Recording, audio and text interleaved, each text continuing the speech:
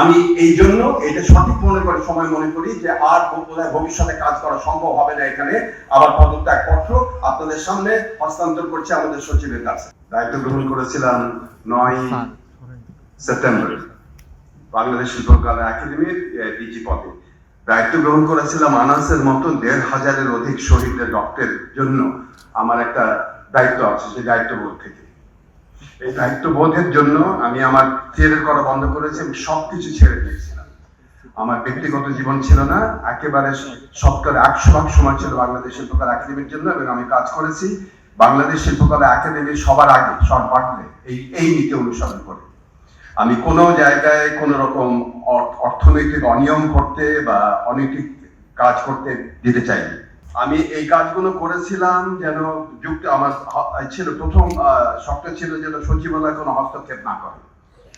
আমি আসিফ নজরুল সাহেব করেননি, কিন্তু ইদানিং এর ব্যাপক আকারে হস্তক্ষেপ করছে। আমি আর বিস্তারিত বললাম না, কারণ আমাদের অন্য অনুষ্ঠান আছে। আমরা চেয়েছিলাম শিল্পকলা একাডেমির জন্য এবং মন্ত্রণালয়ের জন্য, আমাদের সংস্কৃতি বিষয়ক মন্ত্রণালয়ের জন্য 0.5% যেন আমাদের আসে, আমাদের বাজেট বরাদ্দ আসে। সেই 0.5% আসে নাই। বসেন প্লিজ, বসেন, আমি কথাটা শেষ করি। আমরা চেয়েছিলাম 165 কোটি টাকা, সেটা তারা দেয় নাই। তারা মনে করে যে এটা তাদের জন্য নিজের টাকা, এইভাবে টাকাটা বন্টন করা শুরু করেছে তারা।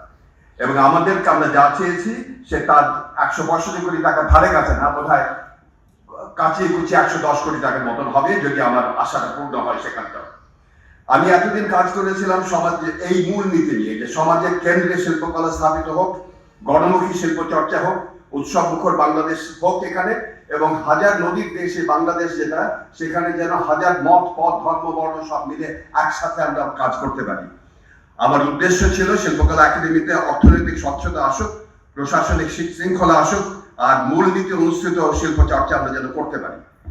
এই মনির চৌধুরীর নামে এই উৎসব, যিনি আমার একেবারে প্রাণের মানুষ, যাকে দেখে আমি অনুপ্রাণিত হয়েছে বারবার, যিনি সেই মানুষ যিনি কখনো চিন্তা করেন নাই যে নাটক করতে গেলে কিছু দরকার আছে, উনি সেই মানুষ যিনি জেলখানায় বসে কবর লিখেছিলেন এবং জেলখানায় কোন রকম আর্থিক অনুদান সহায়তা কিছু না করে রাত্রেবেলা কিন্তু সেই কয়েদিরা, কমিউনিস্ট পার্টির কয়েদিরা কিন্তু নাটক মঞ্চায়ন করেছিল ভাষা আন্দোলন পরে 53 সালে।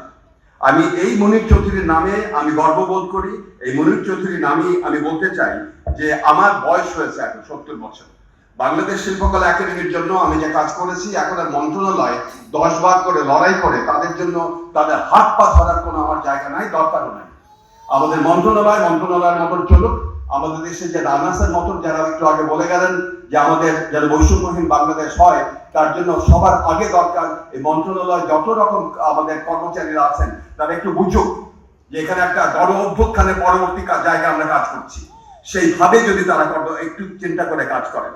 আমি বাংলাদেশ শিল্পকলা একাডেমির সকল কর্মচারী, কর্মকর্তা, শিল্পীদের ধন্যবাদ জানাই, কারণ তাদের ব্যাপক কর্মকাণ্ডের জন্য বাংলাদেশে এখন যে বন্ধাত্ম ছিল আগস্ট সেপ্টেম্বর মাসে, সেটা কাটিয়ে প্রচুর আমাদের এখানে নাট্যচর্চা হচ্ছে, শিল্পকর্ম হচ্ছে, সারা দেশে উৎসব মুখর পরিবেশ আসলে তৈরি হয়েছে। আমি এই জন্য এটা সঠিক সময় মনে করি যে আর ভবিষ্যতে কাজ করা সম্ভব হবে না এখানে। আবার পদত্যাগপত্র আপনাদের সামনে হস্তান্তর করছে আমাদের সচিবের কাছে।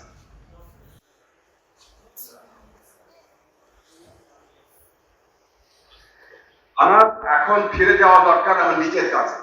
এখানে আমাদের আমলাতন্ত্রের পেছনে 10 বার ফোন করে টাকা আদায় করা আমার ব্যক্তিগত কাজের জন্য না, শিল্পকলা একাডেমির জন্য। সেই কাজটা না করতে পেরে যদি না করতে দেয় এবং তার জন্য যদি আমাদের পদে পদে বাধা দেয়, তাহলে আমার এখানে থেকে লাভ নেই। এটা একেবারে সুচিন্তিত ভাবনা, আমার সুচিন্তিত ভাবনা। এই জন্য যে আমি গতকাল সারাটা দিন এবং আজকে সারাটা দিন, গতকাল বিকেল থেকে আজকে সন্ধ্যা পর্যন্ত এটা নিয়ে ভেবে আপনাকে আমার রেজিগনেশন লেটার দিলাম।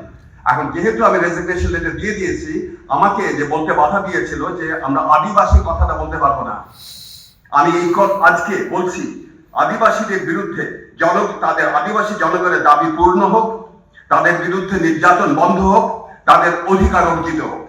আমি একসাথে চাই বৈষম্যহীন বাংলাদেশ কায়েম হোক, আনাসের মতন শহীদদের রক্ত যেন সার্থক হোক। এটা আমরা ভুলে যাচ্ছি আমরা গণ অভ্যুত্থানের কথা। এই গণ অভ্যুত্থানে আমরা যে বৈষম্যহীন বাংলাদেশ চেয়েছিলাম সেটা সত্যিকার ভাবে সার্থক হোক। এবং তার জন্য আমি আশা করি বাংলাদেশ শিল্পকলা একাডেমি ভবিষ্যতে নিরলস পরিশ্রম করে যাবে।